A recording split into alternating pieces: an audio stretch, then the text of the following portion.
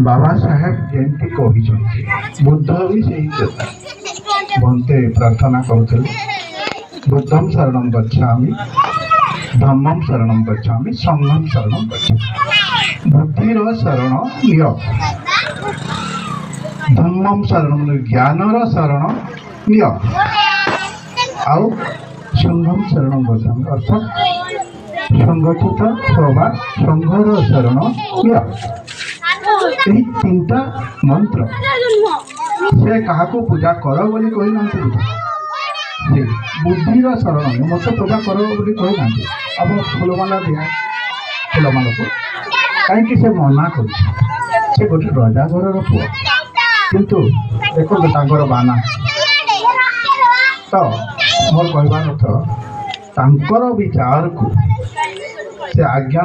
mobile number आज्ञा जहाँ कहले कि माने आम अभिमन्यु आज्ञा के कहले बाबा साहेब विचार को ग्रहण कर संविधान से सब व्यवस्था रखिए कौन शिक्षित हुआ संघर्ष कर संगठित हुआ अर्थात से तीन मंत्र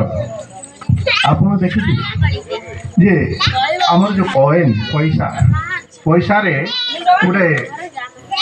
गोटे चिन्ह अच्छी से चिन्ह हूँ अशोक चक्र थी से बुद्धंकर प्रतीक अशोक चक्र थी तीन टा सिंह थी गोटे चिन्ह अच्छी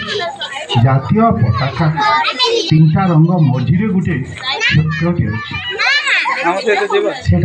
अशोक अर्थात आम यही भारत अशोकर विचारधारा बुद्धंकर विचारधारा को अशोक अखंड भारत जहाँकि विचारधारा वर्तमान चालू अच्छी जहाँकि आम संविधान बोली कहू से विचारधारा सबू मानव समान कौन सी मनीष छोट न कि बड़ भी न सब मनीष से कहली शिक्षित हुआ टिके दुष्टता क्षमा कर मुझे विचारधारा जाई अति गरीब रो गरीब कर जन्म होते किंतु पाठ पढ़ी ग्रेजुएशन कंप्लीट करे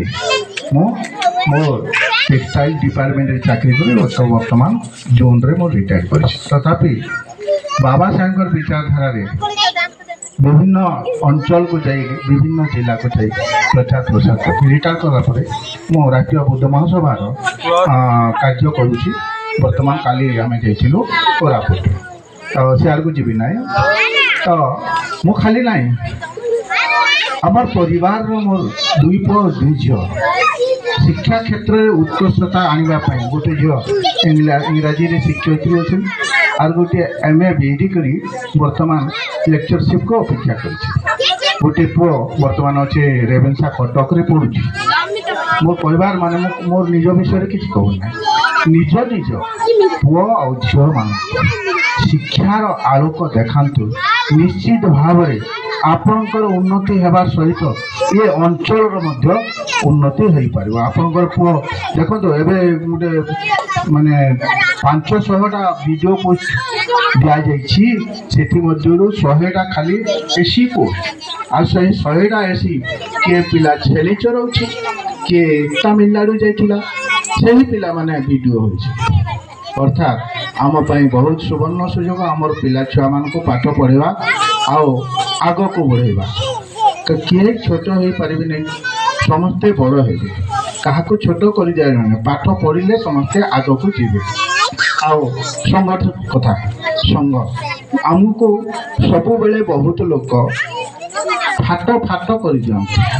आमको विभिन्न कथा कही आम भितर एकता नष्ट करती से आम गोटे नाईर छुआ भाया समस्ते एकजुट है तो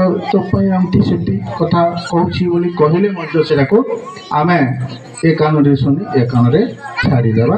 आउ संगठित हो रही बहुत किसी उन्नति हो पार बहुत खुशी कथा जे 10 लाख टंका गवर्नमेंट तरफ आसी काम हेब एमती आउ दांडे बसवा ना एमती गोटे कल्याण मंडप हेले